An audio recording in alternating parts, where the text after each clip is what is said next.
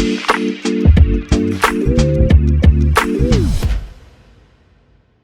right, we're back here on the Chase Thomas podcast, taping this with a first timer here. He is the head football coach for the Delaware Blue Hens, one of my favorite all-time college football uniforms. Like, it's just really hard to beat the Delaware Blue Hens look and logo and helmet and just all around FCS field. Ryan Carty is here. Ryan, good afternoon, sir. How are you? I'm doing awesome. Thanks for having me. Thank you for being here. What have you had any time to get away this summer? Are you going on vacation? Have you what do you do in Delaware? What's your favorite like getaway type of deal? Well, that's a good question. Around here, the Delaware beaches are pretty northeast renowned for sure. I grew up in Jersey, so I did grow up with an affinity to the Jersey Shore as well. And so the East Coast up here is this is the kind of time you want to be spending on the Northeast coast. Gets a little colder as the year goes on, and in August it's pretty hot. So we get a chance to get away a little bit here and there. June and July have become, it's a little bit more of a breather months than the rest of the year, but they've kind of, with the changing in college football and the landscape, pretty much doesn't stop anymore, which is what it is. It's not a complaint. It's just, kind of where we live in now. And so, we'll get, my wife will divorce me if we don't go somewhere at some point. And so we'll plan that, probably right before training camp starts. We'll have a chance where the student athletes are, get a chance to go home. And our assistant coaches have a decent summer. And so there'll be some time in there, that we can steal, that I'll be forced to steal for ourselves. How about you?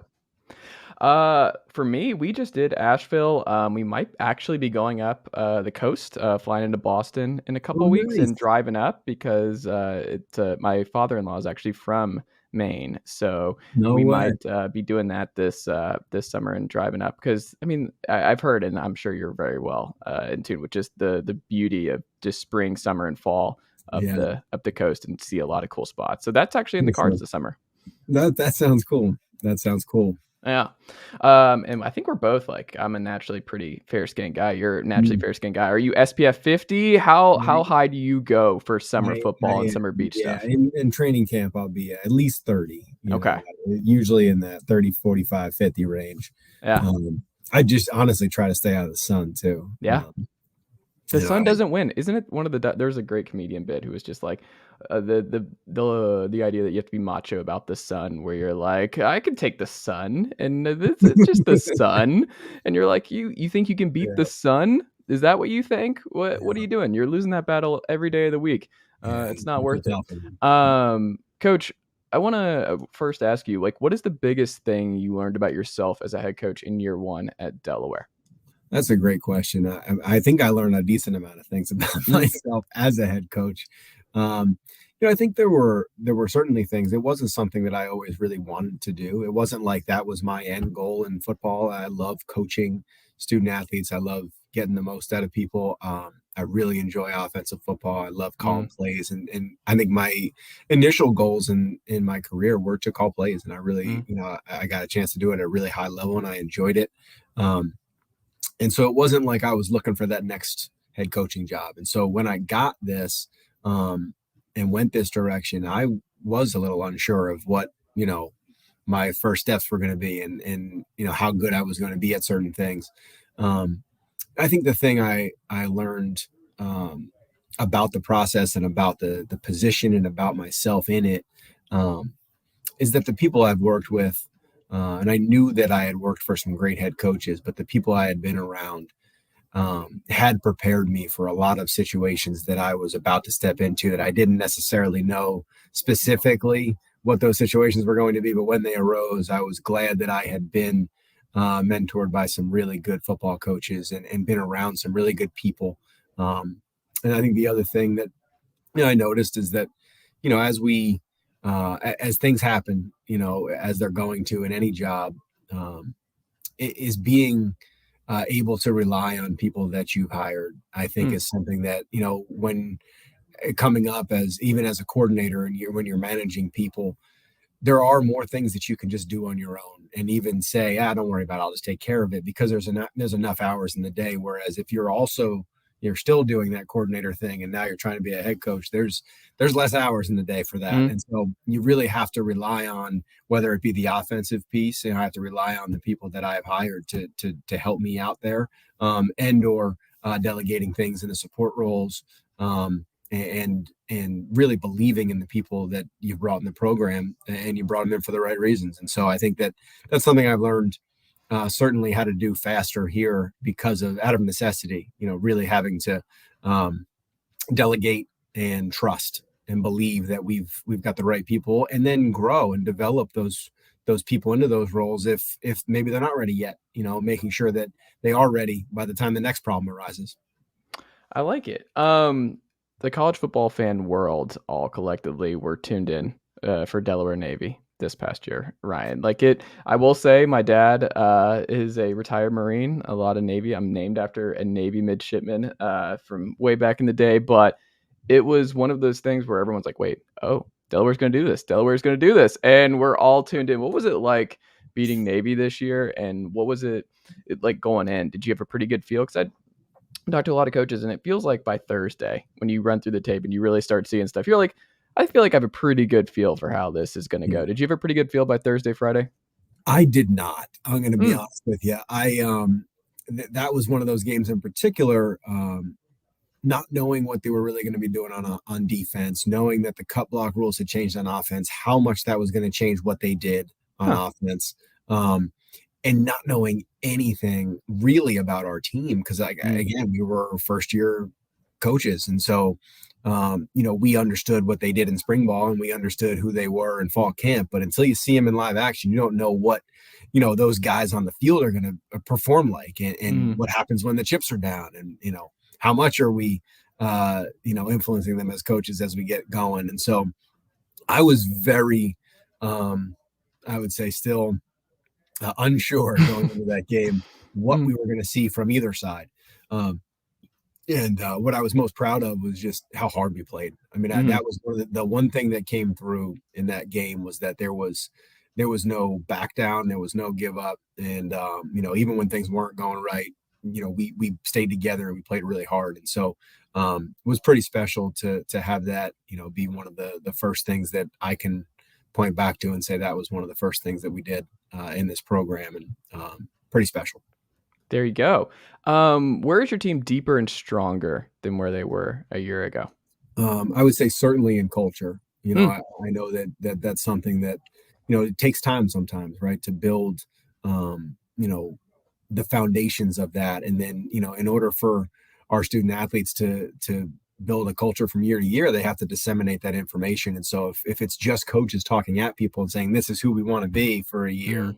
because nobody else was with us at the start of it. Now there's people who have been in the program with us, for a year now, and obviously thanking those guys that have been in our, that were in our program last year that are no longer with us. Obviously thankful to them for starting it. Mm. And then we have to, put the onus on the guys in the locker room right now to continue to help the newcomers out and understanding who we are. When you're in that locker room, you're a Delaware Blue Hen. What does that mean? What are our core values? What are our standards and our goals? How do we uphold and bring those core values to life with our daily actions? And then, what do we play like? What is it like, on the field with us? How do we compete?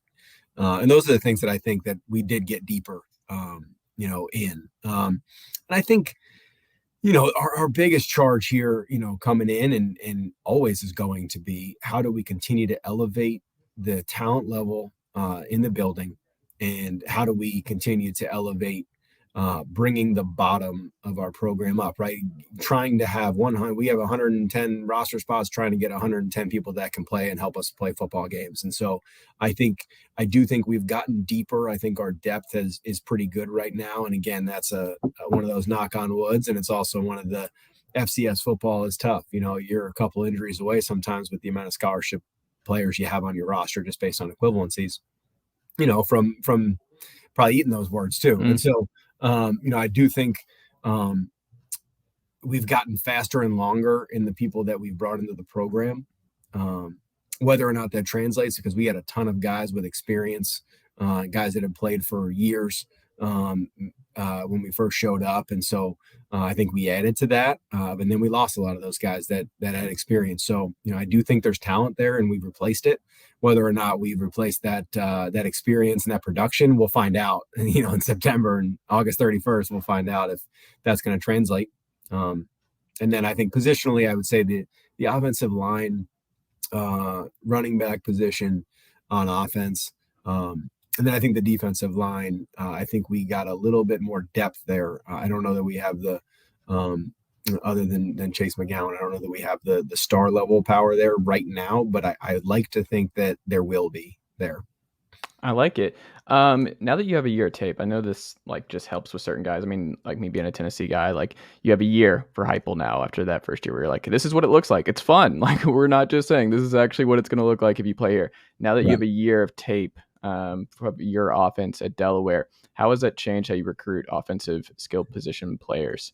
Yeah, well, it does. And I think the good thing and what probably got Heupel to be able to recruit guys that first year also is what he's done in the past, and it helped us to say that, look, this is who we are, and I brought most of my offensive staff from Sam Houston here, and this is who we are. This is who we've been. And one of my time in New Hampshire, my time at Sam Houston, we were always really good at this. And I think that does help because experience helps. But then seeing it in action and being able to point at, these are the guys who were in this offense and set records. These were the guys who were in this offense and got signed by NFL teams. I think those things are certainly, when you can point to the proof, it's a lot easier, than saying, hey, this is going to happen. And we believe in this because, we believe in this because the proof's there. And because when the talent's in an offense like this or a defense like this, we're going to be able to put you in positions to make those plays. And, how many, it's easier to recruit skilled players when you can say, we had 6 players last year with more than 20 catches, and we got people the ball and we had the ability to obviously put them in space and then, have the ability obviously after that to score points and win games. And I think that's the biggest thing in recruiting is even less than the scheme and the accolades is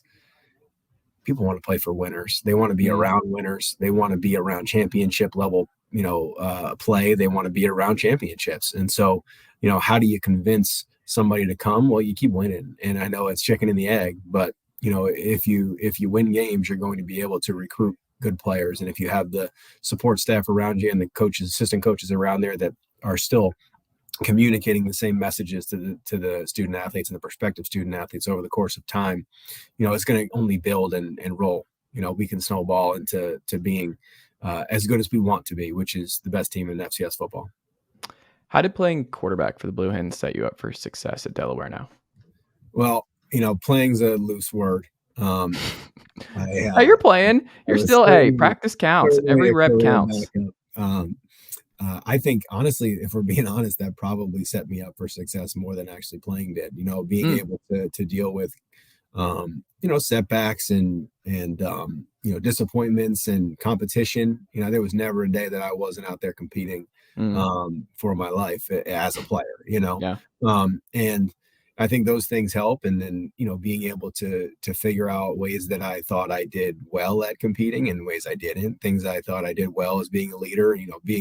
Being voted captain when I wasn't a starter was a pretty cool experience. And I think I tell our guys now, I think there were certain things that I didn't do well, because of it. I didn't know it's a hard thing to do. And I probably could have done it better being a guy who wasn't on the field, but still tasked as being somebody who was supposed to help lead. And I think there were things that I learned from that, just like anything else, right? You almost learn from the things that don't go well a little bit more sometimes than the things you do well. And so I think that certainly has helped.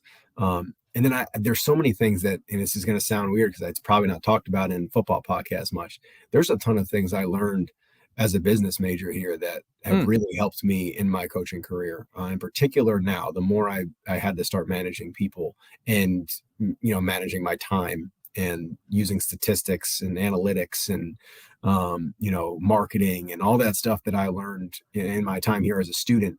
I think it really does, kind of translate into things that I'm going to have to deal with on a daily basis here as a head coach, because you're kind of a manager, you're kind of a CEO of this part of the athletic department, and those things have translated. And so it's been interesting to see that as well. So not just the stuff on the field or off the field, and it's been the stuff down campus as well that's really helped me in my time here.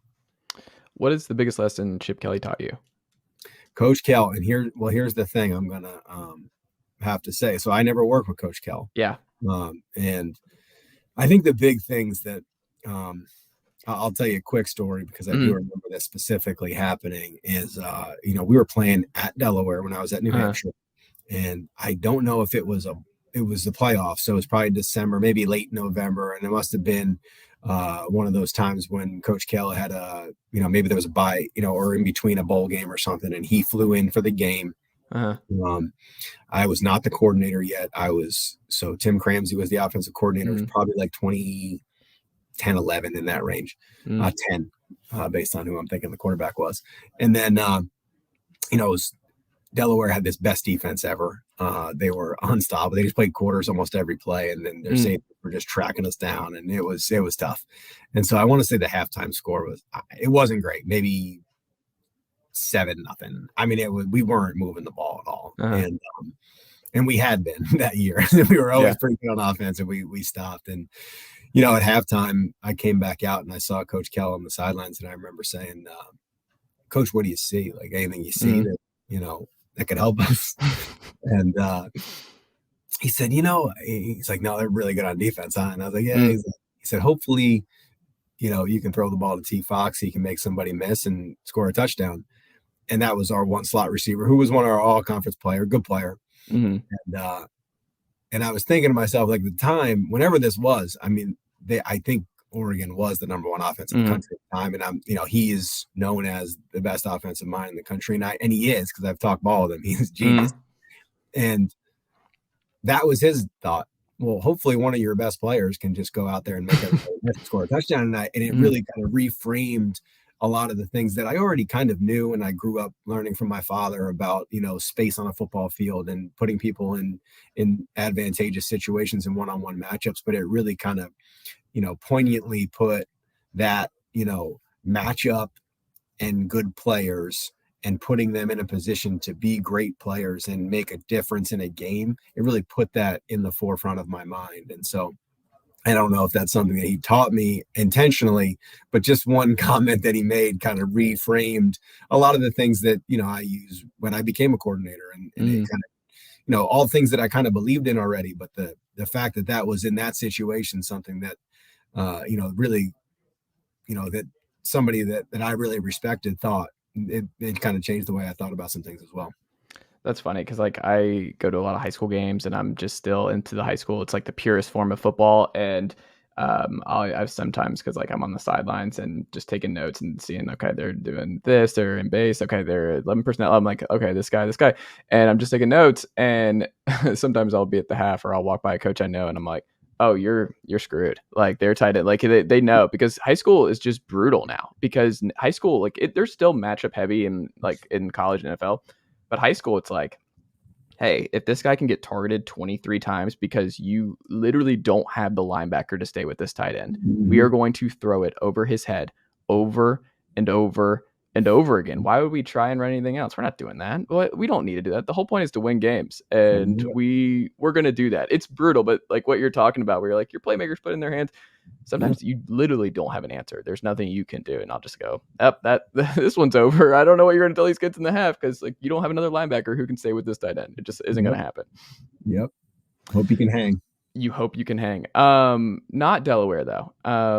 You come from a family of coaches, and your dad obviously a coach. Your brother's coaching. You talked about like not necessarily being sure if you wanted to coach, is more the coordinator aspect type of thing, and calling plays being more your forte. Who's the most competitive of this bunch, and what's Thanksgiving and Christmas like? What do y'all just talk ball? Is there a rule from the wives and everything else where it's like, we are not talking football all time, like all day long, all night long? How does that work in your household? Yeah, my poor mother. she grew up with us three boys only and my Mhm. father, and everything eventually comes back to it, right? I mean, like by the end of the conversation, somebody's talking about football, and it's Yeah. not intentional. Even when there is actual intent to not talk about it, it'll Mhm. end up back Y'all are there. at Wicked on Broadway, and somehow you're like, "This is actually like, when they did Yeah, this, it's kinda like when my slot receiver does this," and she's like, it "No, always this gets can't back happen. there. How?" No. There's no doubt. The most competitive, honestly, it's probably me. It Really? probably Okay. is. Yeah. And maybe it's that I grew up as the youngest and always was trying to get their attention, or my father's, or who knows. I'm sure that Mhm. was part of it. I would say my middle brother, Sean, also extremely competitive, but he's Mhm. tamed out in his older age. Okay. And I'm probably that guy that's still wanting to turn everything into a competition. But I Are they think all that sending you notes during games or after? Are you getting, like, the Sunday morning text thread of, like, "Here's what no, we because saw"? they're all coaches, so they Yeah. know that that's not necessary. Okay. It'd be the family members that weren't coaches that would tell me what they thought. You know what I mean? Interesting. And The I'm ones sure that you love are that. coaches, they know that this is not the time to be talking about this. Mhm. We're gonna just sit here and say we support you, you know. Yeah. Because he knows they all know there's enough people telling me what they think that should be Mhm. done. And so no, it's great to have that support. The cool thing is that it's been a while since I've been this close to those, all my family. Really, Mhm. they're all about a couple of hours from us now, and so my dad gets a chance to spend a ton of time here and come to practices and be at every game, and my brothers when they're not playing get a chance to come down with my nieces and nephews and my sisters-in-law, and it's really fun to be back around this area. And yes, they have to put up with us when we're all talking ball because it just ends up getting that way. Luckily, the in-laws all, the three wives all get together and with my mom, and they actually do get along. So There you go. That's it it. That's makes it easy. imperative, They talk in with one this room, game. and everybody else is talking in the other room, and so There you go. yeah. Final question. We'll wrap up here, Coach. Delaware, the food scene. What is your go-to spot since being back in Delaware this year? Oh, that's a great question. So there's a few places Okay. down on Main Street. We have, I mean, I want to say like 65, 70 places to eat on Main Street. Our Main Street's pretty impressive. Mm, There's a couple of good smaller spots. We got a place called Roots that does really good, healthy bowls and that kind of mm, stuff. The boys love El Diablo, which is a burrito joint okay. down the road. If we're looking at like a higher end spot for Italian, we got Taverna and Cafe Gelato across the street from each other, both doing pretty awesome Italian. I would say, if you're looking for trust me, we're a food people around here. If you're Mhm. looking for a good bagel, we got a place called the Original Hot Bagels, which is outstanding. Okay. um, and That sounds like a and, morning ritual for you. You and lit up a little bit with the bagel. Bagel is good we're for you. big bagel people Mhm. in the Northeast, as you know. Yeah. And and then there's a place on campus called Klondike Kate's, which is actually a bar in the PM, but we do a lot of our recruiting meals there. It's kind of a staple at the one side of campus. Mhm. And then across the way here, if you want a good sandwich or cheesesteak, you got to go to a place called Malin's Deli, and it's they do a Okay. great job with their cheesesteaks and uh, the Philly area the food scene that we get. So I'm sure I missed one or two, but trust me, we love our food here. University of Delaware football staff is very in tune with the food scene on Mm, campus. there you And go. It's a important. lot of our staff meetings are based around what the next meal looks like. So, There you go. What's your guilty pleasure, food-wise? food wise, Yeah. I do love chocolate. Okay. If we're gonna go sweets, it's gonna be milk chocolate. Okay. I like it. Yeah. Coffee? Are you a coffee guy to get through the I day or no? I do drink coffee, yeah. Okay. Not a crazy amount, a couple a day, nothing crazy. Black or are we putting I'm cream, almond only milk? What are black, we doing? only black. I'm See, actually you an get it. espresso You get guy. it, coach. I'm an Americano guy, and it's Okay. just straight iced Americanos all day. There you go. Now that's a northeastern thing. That's Mhm. too bitter for me. There's no way I'm doing that. I'm not doing Yeah, iced I like it Americanos. really, There's really no way. strong, really strong. Yeah, that's strong. But hey, we're all built different, coach, and you're built different up there in Delaware. That's why you're the right guy for the Delaware You Blue gotta Hens. be, right? You gotta be. You gotta be. Coach, thank you so much for the time. This has been a blast. Good luck this summer. And I'm excited to see what you guys got going on for year 2 here for Delaware football. And who knows? Maybe Joe Flacco finally retires at some point and he's your offensive analyst, quarterback analyst in a Let's couple of do years. it, man. Who knows? He was here for a golf outing a couple of weeks ago and fit right back in. There you go. That man, keep getting them checks, Joe Flacco. Hey, he's hanging around. He's doing the Brian Hoyer. He's just going to keep hanging around. You love it. Coach, thank you so much. Chase. Well done, nephew. Chase Thomas Podcast. Hell yeah.